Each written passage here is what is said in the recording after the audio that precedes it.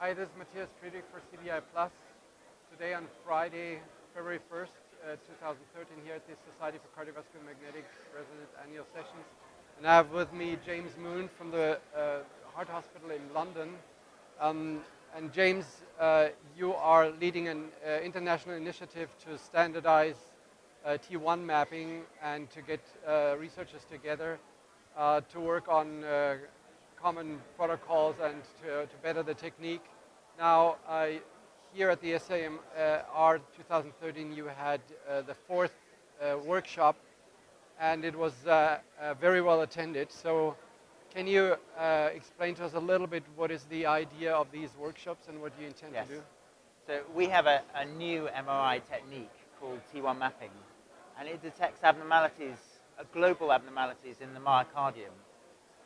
And we think it's going to be a really good way of detecting early disease and monitoring treatment. So we want to get this through the development and link to treatment to change patients' management. Yeah, and why do you think it is important to get people together instead of letting each group work on their own? It will happen on its own, but it could take a decade. And any one person has got a skill set. They may have the patience or the physics, but we need to go from that development right through to the FDA or the European authorities authorizing a test that we can then change treatment on. Yeah. And what is your feeling? Where are we with T1 mapping with the field in general? We see exciting data here, cases, clinical studies. So what's your feeling where we are in general? So I think for some diseases, it's in specialist centers, it is ready to change practice now.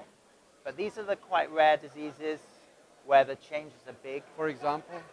Amyloid, Fabry's. These are diseases where for the sufferer it's a terrible disease, but there are treatments. Yeah. But we haven't really got down into the diseases that affect us all at some stage in our life. You know, hypertension, aortic stenosis. But it's all there potentially going to happen. And is there a wide agreement between the different centers how to do that and how to evaluate that? No. So at the moment there is chaos, but out of that chaos, you know, it's competitive sequences and techniques are flourishing. And we need to listen to all that, but there'll come a time when some of the front runners will have to come forwards and will standardize. And that standardization and that locking down of techniques into something that everyone uses is how we're going to have a clinical platform. It may not be one test, it may be a portfolio, but just a few. And I heard that 8% of all the abstracts here at the SCMR were actually related to T1 mapping. Yeah. That's quite a lot, I think, for a relatively new technique. So do you see this develop further? Yeah, it's tremendous growth. And I think there were 35 papers published on PubMed last year on it. It's February the 1st now, and there have already been 8 in 2013. Yeah. So it is in that exponential phase, which is good, but also some of those papers are not going to agree.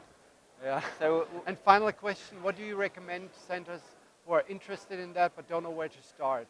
Will there be a service offered as a website for getting information or anything? Should they contact you, or what do you recommend these centers? So the vendors are really getting onto this. We had talks from Siemens, GE, and Philips, who have done it a lot in the last 8 months since the last meeting. So the vendors will help you. The problem with the T1 mapping is it's really conceptually easy, but it's a fast-moving field, and I would link yourself up to the experts, whoever it is you know in the field as well.